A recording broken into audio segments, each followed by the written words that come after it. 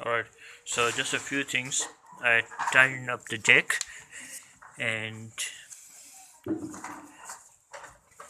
released these bolts, and from the previous point when I opened it, there was a slight mark here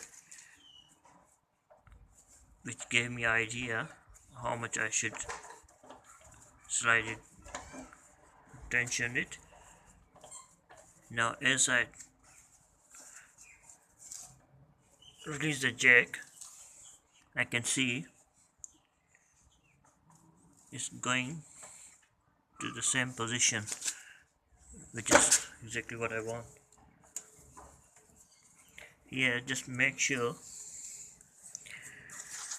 the jack is pushing at the right spot, not on the engine but only on its base plate.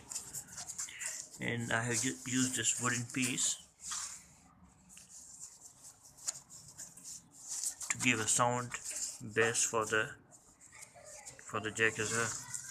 Now it's still not tight enough, so I'll just push a bit more.